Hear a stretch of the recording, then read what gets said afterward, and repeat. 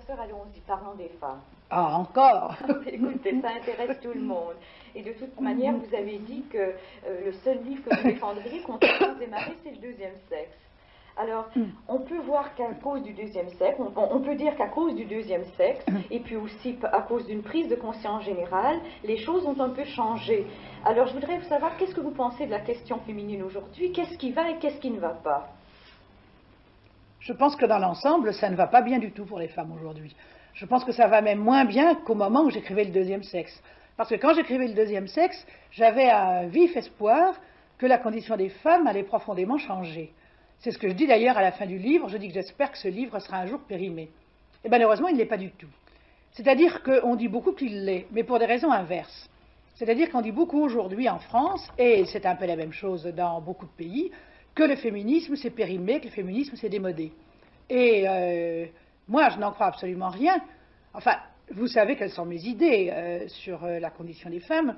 C'est que pour les femmes, ce qu'il y a à atteindre, c'est une émancipation totale, radicale, qui fasse d'elles réellement les égales des hommes à part entière, et que cette émancipation ne peut s'obtenir que par le travail.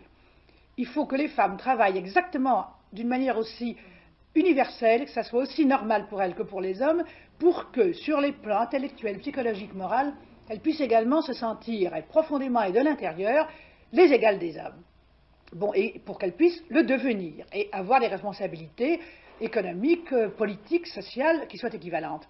Or, en ce moment, il y a en France un mouvement que j'appellerais un mouvement de régression, parce qu'il vise, au contraire, à enfermer de plus en plus la femme au foyer, dans sa famille, auprès de ses enfants, et à lui refuser les possibilités de faire une carrière de travailleuse équivalente à celle des hommes. Mais comment expliquez-vous cette régression actuelle dont vous parlez? Ça, je l'explique pour une raison très simple, c'est que nous sommes dans une démocratie bourgeoise. Mais des démocraties bourgeoises sont en vérité des pays qui sont gouvernés par une classe dominante qui est la bourgeoisie. Et cette classe dominante qui est la bourgeoisie, eh bien, à ce moment-là, elle veut garder le pouvoir. Et une des manières dont elle va garder le pouvoir, c'est précisément de garder la femme au foyer. Ça pour des tas de raisons. Parce que la classe bourgeoise a intérêt au statu quo, donc elle a intérêt à ce que les gens soient dépolitisés. Empêcher les femmes de travailler, les empêcher de se mêler à la vie publique, c'est avoir tout un public votant et à la fois dépolitisé, qui par conséquent va être là à voter pour le pouvoir personnel, pour De Gaulle, pour l'apolitisme. Et en même temps, si la femme est dépolitisée, elle dépolitise l'homme. Ça, c'est très important, que toujours l'émancipation de la femme a été liée à l'émancipation sociale. Quand en Amérique, il y a eu un grand mouvement contre la ségrégation au XIXe siècle, du même coup, il y a eu un grand mouvement féministe. Les deux se soutenaient. Eh bien, si la femme est dépolitisée, elle dépolitise l'homme. C'est très sensible en France, parce qu'elle le garde lui aussi à la maison, on regarde ensemble la télévision, et de cette manière-là, en empêchant la femme de se politiser, on empêche aussi l'homme d'être politisé.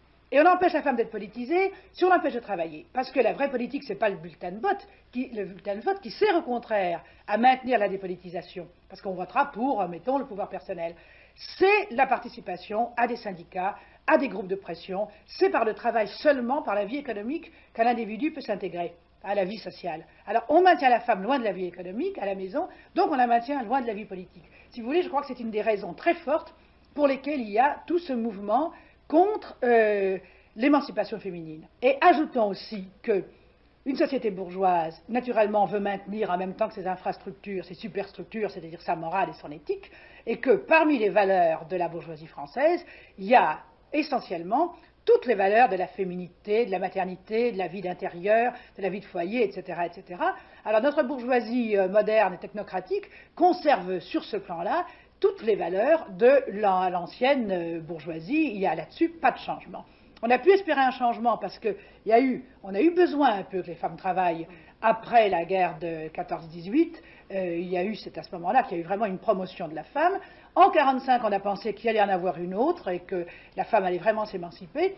Et puis les conditions économiques sont telles que finalement il y a du travail. C'est aussi peut-être la première réponse que j'aurais dû vous donner. Il y a du travail finalement pour 26% de femmes et pas pour davantage. Et du moment qu'on ne peut pas prendre les places aux hommes pour les donner aux femmes, du moment qu'il n'y a pas de place pour les femmes, eh bien, il faut faire une chose alors, les décourager, les dégoûter du fait de travailler. On les décourage de travailler parce qu'on n'a pas de travail à leur donner, en gros, c'est ça. Si on avait besoin de travail parce que, par exemple, la société serait différente et qu'il y aurait des possibilités économiques beaucoup plus riches ou une autre distribution du travail, à ce moment-là, on leur créerait une autre idéologie et on les persuaderait au contraire qu'une femme est d'autant plus féminine, d'autant plus attirante, d'autant plus intéressante, etc., qu'elle travaille. Il y a des femmes et beaucoup d'hommes qui disent qu'une expérience capitale vous a manqué, celle de la maternité, et que sur ce point vous êtes mutilé. Et selon eux, cette mutilation disqualifierait tous vos propos et toutes vos thèses. Oui, je trouve ça complètement absurde. En effet, je connais cela, parce que si j'avais voulu écrire un livre sur la maternité vue de l'intérieur et senti de l'intérieur, bien entendu, on aurait pu me faire ce reproche. D'ailleurs, ça serait un propos absurde et je ne l'ai pas tenté. Mais quand j'écris le deuxième sexe, je fais un travail de sociologue, d'anthropologue, et je parle du dehors, de conditions qui sont tout à fait différentes de la mienne.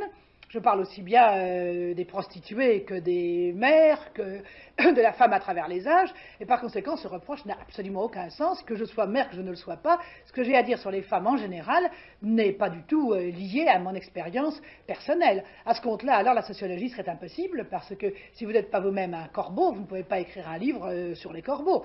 Toute la sociologie est au contraire basée sur une certaine distance entre la société que vous étudiez, la condition que vous étudiez, et puis vous-même. Pour le reste, alors, parler de mutilation, je trouve ça également complètement absurde, parce que ça serait supposer qu'il y a un être de la femme naturel donné en soi, alors qu'en réalité, il y a 50, 10 000 manières de vivre sa condition de femme, comme il y en a de vivre la condition d'homme, et qu'aucune n'est mutilante.